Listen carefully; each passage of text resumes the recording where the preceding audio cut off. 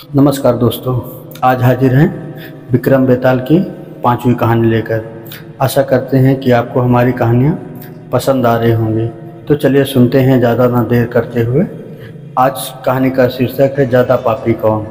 भोगवती नाम की एक नगरी थी। उसमें राजा रूपसेन राज करता था। उसके पास चिंतामणि नाम का एक तोता था। एक दिन राजा ने उससे पूछा, हमारा ब्याह किसके साथ होगा? तोते ने कहा, महाराज, मगध देश की राजा की बेटी चंद्रावती के साथ होगा। राजा ने ज्योतिषी को बुलाकर पूछा तो उसने भी यही बात कहा। उधर मगध देश के राजकन्या के पास एक मैना थी। उसका नाम मदन मंजरी था। एक दिन राजकन्या ने उससे पूछा कि मेरा विवाह किसके साथ होगा? तो उसने कह दिया, भोगवती नगर के राजा रूपसेन के साथ। इसके बाद दोनों को विवाह हो गया। रानी के साथ उसकी मैना भी आ गई। राजा रानी ने तोता मैना का ब्याह करके उन्हें एक पिंजरे में रख दिया। एक दिन की बात है कि तोता मैना में बहस हो गई।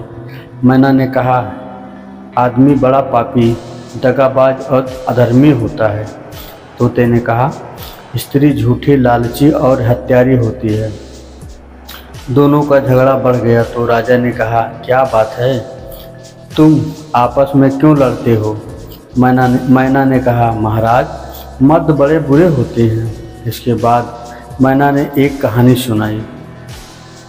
इलापुर नगर में महाधन नाम का एक सेठ रहता था।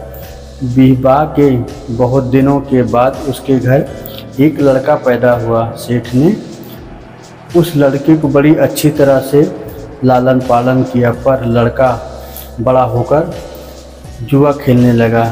इस बीच सेठ मर गया।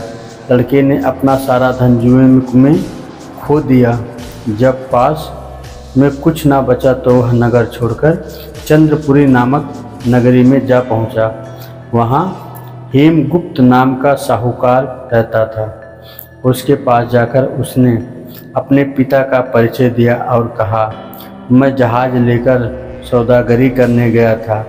माल बेचा, धन कमाया, लेकिन लौटते समय समुद्र में ऐसा तूफान आया कि जहाज डूब गया और मैं जैसे तैसे बचकर यहाँ आ गया। उस सेठ ने के एक लड़की थी, रत्नावती। सेठ को बड़ी खुशी हुई कि घर बैठे इतना अच्छा लड़का मिल गया। उसने उस लड़के को अपने घर में रख लिया और कुछ दिन बाद अपनी लड़की से उसका ब्याह कर दिया। दोनों वहीं रहने लगे। अंत में एक दिन वहां से विदा हुए। सेठ ने बहुत सा धन दिया और एक दासी को उसके साथ भेज दिया। रास्ते में एक जंगल पड़ता था। वहां आकर लड़के ने स्त्री से कहा, यहाँ तुम बहुत डर है, तुम अपने गहने उतार कर मेरी कमर में बांध दो। लड़की ने ऐसा ही किया। इसके बाद लड़के ने कहारों को धन देकर डोले को वापस करा दिया और दासी को मारकर कुएं में डाल दिया। फिर स्त्री को भी कुएं में पटक कर आगे बढ़ गया। स्त्री रोने लगी। एक मुसाफिर उधर जा रहा था। जंगल में रोने की आवाज़ सुनकर वह वहां आया। उसे कुएं से निकालकर उसके घर पहुंचा दिया। स्त्री ने घर जाकर माँ बाप से कह दिया कि रास्ते में चोरों ने हमारे गहने छीन लिए और दासी को मारकर मुझे कुएं में ढकेल कर भाग गए।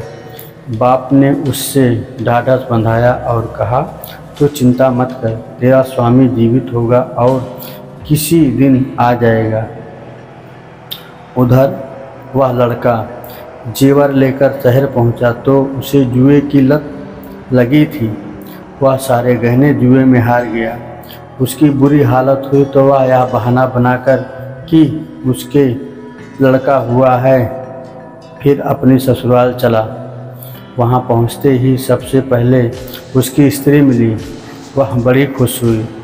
उसने पति से कहा, आप कोई चिंता न करें, मैंने यहाँ आकर दूसरी ही बात कही है। जो कहा था वह उसने बता दिया। सेठ ने अपने जमाई से मिलकर बड़े प्रसन्न हुए। उन्होंने उससे बड़ी अच्छी तरह से घर में रखा। कुछ दिन बाद एक रोज़ वह लड़की गहने पहने सो रही थी। उसने चुपचाप छुरी से उसे मार डाला और गहने लेकर चंपत हो गया। मैना बोली, महाराज, यह सब मैंने अपनी आँखों से देखा। ऐसा पापी होता है आदमी। राजा ने तोते से कहा, तुम बताओ कि स्त्री क्यों बुरी होती है। इस पर तोते ने कहानी सुनाई। कंचनपुर में सागर दत्त नाम का एक सेठ रहता था। उसके श्री दत्त नाम का एक लड़का था। वहाँ से कुछ दूर पर एक और नगर था, श्री विजयपुर। उसमें सोमदत्त नाम का सेठ रहता था। उसकी एक लड़की थी। वह श्री दत्त को ब्याही थी। ब्याह के बाद श्री दत्त व्यापार करने परदेश चला गया। 12 बरस हो गए और वह न आया तो जयश्री व्याकुल होने लगी। एक दिन वह अपनी अटारी पर खड़ी थी कि एक आदमी उसे दिखाई दिया। उसे देखते ही वह उस पर मोहित हो गई। उसने उसे अपनी सखी के घर बुलवा लिया। रात होते ही वह उस सखी के घर चली जाती है और रात भर वहाँ रहकर दिन निकलने से पहले ही लौट आती। इस तरह बहुत दिन बीत गए। इस बीच एक दिन उसका पति परदेश से लौट आया। स्त्री बड़ी दुखी हुई। अब वह क्या करे। पति हारा थका था। जल्दी ही उसकी आंख लग गई और स्त्री उठकर अपने दोस्त के पास चल दी। रास्ते में उसे एक चोर खड़ा था। वह देखने लगा कि स्त्री कहाँ जाती है। धीरे धीरे वह सहेली के मकान पर पहुंची। चोर भी पीछे पीछे संग गया। संयोग से उस आदमी को सांप ने काट लिया था और वह मरा पड़ा था। स्त्री ने समझा सो रहा है। वहीं आंगन में पीपल का एक पेड़ था जिस पर एक पिशाच बैठा यह लीला देख रहा था। उसने उस आदमी के शरीर में प्रवेश करके उस स्त्री की नाक काट ली और फिर उस आदमी की देह से निकलकर पेड़ पर जा बैठा। स्त्री रोती हुई अपनी सहेली के पास गई। सहेली ने कहा कि तुम अपने पति के पास जाओ और वहाँ बैठकर रोने लगो। कोई पूछे तो कह देना कि पति ने नाक काट ली है। उसने ऐसा ही किया। उसका रोना सुनकर लोग इकट्ठे हो गए।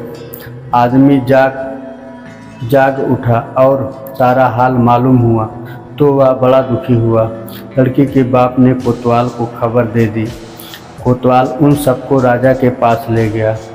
लड़की की हालत देख राजा को बड़ा गुस्सा आया। उसने कहा, इस आदमी को सूली पर लटका दो। वह चोर वहाँ खड़ा था। जब उसने देखा कि एक बेकसूर आदमी को सूली पर लटकाया जा रहा है तो उसने राजा के सामने जाकर सब हाल सच सच बता दिया और बोला, अगर मेरी बात का विश्वास ना हो तो जाकर देख लीजिए। उस आदमी के मुंह में स्त्री की नाक है। राजा ने दिखवाया तो बात सच निकली। इतना कहकर तोता बोला, हे राजा, स्त्रियां ऐसी होती हैं। राजा ने उस स्त्री का सिर मुड़वाकर गधे पर चढ़ाकर नगर में घुमवाया और शहर से बाहर छुड़वा दिया। यह कहानी सुनकर बेताल बोला, राजन, बताओ कि दोनों में ज़्यादा पापी कौन। राजा ने कहा, स्त्री। बेताल ने पूछा, कैसे। राजा ने कहा, मर्द कैसा ही दुष्ट हो, उसे धर्म का थोड़ा बहुत विचार रहता ही है। स्त्री को नहीं रहता, इसलिए वह अधिक पापीन है। राजा के इतना कहते ही बेताल फिर पेड़ पर जा लटका। राजा लौटकर गया और उसे पकड़ कर लाया। रास्ते में बेताल ने 5वीं कहानी सुनाई। तो दोस्तों, अब आगे की कहानी आपको 6ठे एपिसोड में सुनने को मिलेगी। अगर आप हमारी कहानी यहाँ तक सुन ही चुके हैं तो आप हमारे चैनल को लाइक, सब्सक्राइब और अपने मित्रों को शेयर कर दें। जय श्री राधे राधे।